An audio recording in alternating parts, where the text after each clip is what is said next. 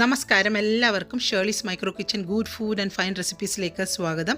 ഇന്ന് നമ്മൾ പ്രിപ്പയർ ചെയ്യുന്നത് ഒരു ചിക്കൻ്റെ റെസിപ്പിയാണ്. ഈ റെസിപ്പി പ്രിപ്പയർ ചെയ്യുമ്പോൾ നിങ്ങളുടെ നാവിൽ എന്തായാലും ഒരു പാട്ടിൻ്റെ 2 വരി വരാതിരിക്കില്ല. നമ്മുടെ ചിക്കൻ റെസിപ്പിയുടെ പേരെന്താണെന്ന് അറിയാമോ? ചിക്കൻ ട്വിങ്കിൾ എന്നാണ്. പെട്ടെന്ന് തന്നെ ഈ ചിക്കൻ റെസിപ്പി നമുക്ക് പ്രിപ്പയർ ചെയ്തെടുക്കാൻ പറ്റും. സാധാരണ ചിക്കൻ കറിയുടെ കണക്ക് മസാലകളുടെ കുത്തോ അങ്ങനെയൊന്നും ഇല്ലാത്ത ഒരു ചിക്കൻ റെസിപ്പിയാണിത്. നമ്മളിതിൽ അണ്ടിപ്പരിപ്പും പൊട്ടറ്റോ ഒക്കെ ഫ്രൈ ചെയ്ത് ചേർക്കുമ്പോൾ തന്നെ നമ്മുടെ ഈ ചിക്കൻ റെസിപ്പിയുടെ ലുക്ക് തന്നെ ആകെ മാറും, മാത്രമല്ല ടേസ്റ്റും. അപ്പം നമുക്ക് എങ്ങനെയാണ് ഈ ചിക്കൻ ട്വിങ്കിൾ പ്രിപ്പയർ ചെയ്യുന്നതെന്ന് നോക്കാം. അപ്പോൾ ആദ്യമായിട്ടാണ് എൻ്റെ ഈ ചാനൽ നിങ്ങൾ കാണുന്നതെങ്കിൽ ഒന്ന് സബ്സ്ക്രൈബ് ചെയ്യുന്ന കാര്യം തീർച്ചയായിട്ട് പരിഗണിക്കണം. നിങ്ങളുടെ അഭിപ്രായങ്ങളൊക്കെ വന്ന് കമൻറ്റ് ബോക്സിൽ അറിയിക്കാനും നിങ്ങൾ മറക്കരുത്. അപ്പോൾ എങ്ങനെയാണ് ഈ റെസിപ്പി തയ്യാറാക്കുന്നതെന്ന് നമുക്ക് നോക്കാം. അതിന് വേണ്ട ഇൻഗ്രീഡിയൻസ് ആണ് ഇവിടെ എടുത്തു വെച്ചിട്ടുള്ളത്. ഇത് പൊട്ടറ്റോ ആണ്. ഈ പൊട്ടറ്റോയുടെ സ്കിന്നൊക്കെ ഒന്ന് കളഞ്ഞതിന് ശേഷം നമുക്കിതുപോലെ ഒന്ന് സ്ലൈസായിട്ട് മുറിച്ചെടുക്കാം. ഇനി നമുക്കിതൊന്ന് ചെറുതായിട്ട് കട്ട് ചെയ്തെടുക്കണം. അപ്പം കനം കുറച്ച് ഇതുപോലെയാണ് ഞാൻ അരിഞ്ഞെടുത്തിട്ടുള്ളത്. നിങ്ങൾക്ക് ഇഷ്ടമുണ്ടെങ്കിൽ ഫ്രഞ്ച് ഫ്രൈസിനൊക്കെ അരിയുന്നത് പോലെ കുറച്ചും കൂടെ വലിയ പീസായിട്ടും അരിഞ്ഞെടുക്കാം കേട്ടോ.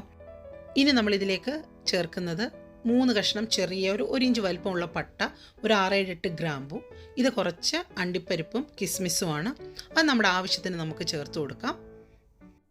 ഇതിവിടെ കഴുകി വൃത്തിയാക്കി വെച്ചിരിക്കുന്ന ചിക്കനാണ്. ചിക്കൻ ഒരു ഏകദേശം ഒരു 20 പീസാക്കി മുറിച്ചെടുത്താണ്. 1 കിലോ ചിക്കനാണ് വാങ്ങിയത്. പക്ഷേ എന്തായാലും ഇതൊരു 900-850 ഗ്രാമൊക്കെ ഉണ്ടാവുള്ളൂ അതിൻ്റെ സ്കിന്നൊക്കെ പോയതിന് ശേഷം.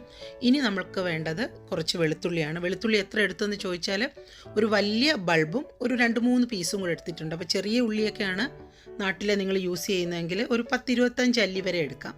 ഇനി നമ്മൾക്ക് വേണ്ടത് കാശ്മീരി മുളക് പൊടിയാണ്. കാശ്മീരി മുളകായിട്ട് തന്നെ നിങ്ങൾക്ക് എടുക്കാം. ഒരു 10-35 എടുക്കാം 1 കിലോ ചിക്കന് വേണ്ടിയിട്ട്. ഞാനിപ്പോൾ ഇവിടെ പൊടിച്ച പൊടിയായതുകൊണ്ട് ഒരു 2 ടേബിൾ സ്പൂണാണ് എടുത്തിട്ടുള്ളത്. വലിയ എരിവൊന്നും ഉണ്ടാവില്ല ഈ 2 ടേബിൾ സ്പൂൺ എടുത്താൽ. ഇനി ഈ മുളക് പൊടിയിലേക്ക് നമ്മൾ നേരത്തെ വൃത്തിയാക്കി വെച്ചിരിക്കുന്ന നമ്മുടെ വെളുത്തുള്ളി കൂടി ചേർത്ത് കൊടുത്തതിന് ശേഷം നല്ലതുപോലെ ഒന്ന് അരച്ചെടുക്കാം. ഈ അരച്ചെടുക്കുന്ന സമയത്ത് നിങ്ങൾക്ക് വേണമെങ്കിൽ ഒരു 1-2 ടേബിൾ സ്പൂൺ വെള്ളം ഒഴിച്ചിട്ട് ഇതുപോലെ പേസ്റ്റാക്കി അരച്ചെടുക്കാം. ഇനി ഒരു പാൻ അടുപ്പത്ത് വെച്ച് ചൂടായിട്ട് വരുമ്പോൾ നമുക്കതിലേക്ക് കുറച്ച് ഓയിൽ ചേർത്ത് കൊടുക്കാം. വെളിച്ചെണ്ണയോ ഏത് ഓയിലായാലും പ്രശ്നമില്ല.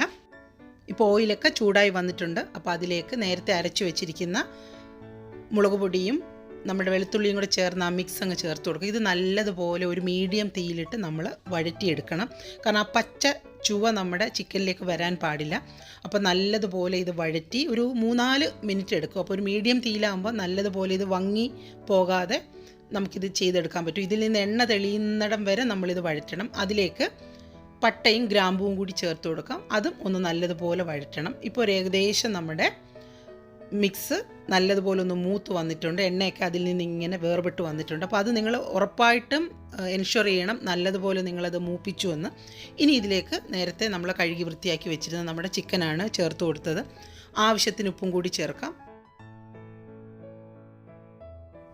ഇനി നമുക്ക് ഈ ചിക്കൻ നമ്മുടെ ഈ ഗാർലിക് ചില്ലി പേസ്റ്റിലേക്ക് നല്ലതുപോലെ അങ്ങ് ചേർത്ത് കൊടുക്കാം. നല്ലതുപോലെ ഒന്ന് മിക്സ് ചെയ്യണം. എന്നാൽ മാത്രമേ എല്ലാ ഭാഗത്തും അത് പിടിക്കുകയുള്ളൂ.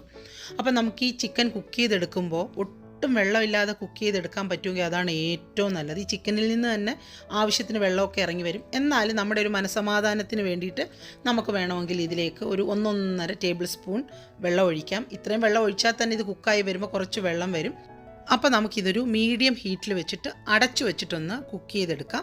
അപ്പോൾ അടച്ചു വെച്ചാൽ മാത്രമേ ഇതിൻ്റെ ആ നീരാവിയും ആ ചിക്കനിൽ നിന്നുള്ള വെള്ളമൊക്കെ ആവശ്യത്തിന് ഇറങ്ങി വരുള്ളൂ.